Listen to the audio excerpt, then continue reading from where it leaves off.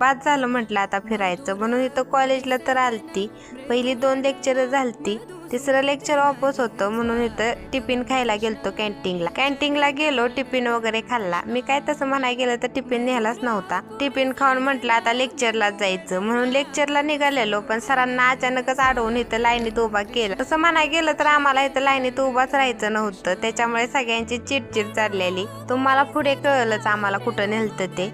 पण फलटणमध्ये येते माऊलींची पालखी, ती थांबती विमानतळाव म्हणून तिकडे चालवलेला कचरा गोळा कराय। तिघींना पण असं वाटलं उगाच आलो आज कॉलेजला। तसं म्हणाय गेलं तर कॉलेज पासून विमानतळ लांबच आहे। विमानतळावर तर पोहोचलेलो, पण सगळ्यात लास्टला आम्हीच होतो, त्याच्यामुळे आम्हाला काय कचरा वगैरे गोळा करायला लागलाच नाही। लास्टला असल्यामुळे सगळं हँड क्लोज वगैरे पण संपलेली आणि त्यात आलत्या सगळ्या कॉलेज शाळा वगैरे। तिथं जाऊन नुसतं असं आम्ही थांबायचं काम केलं। चला आपण भेटू दुसऱ्या व्हिडिओ मध्ये, बाय बाय।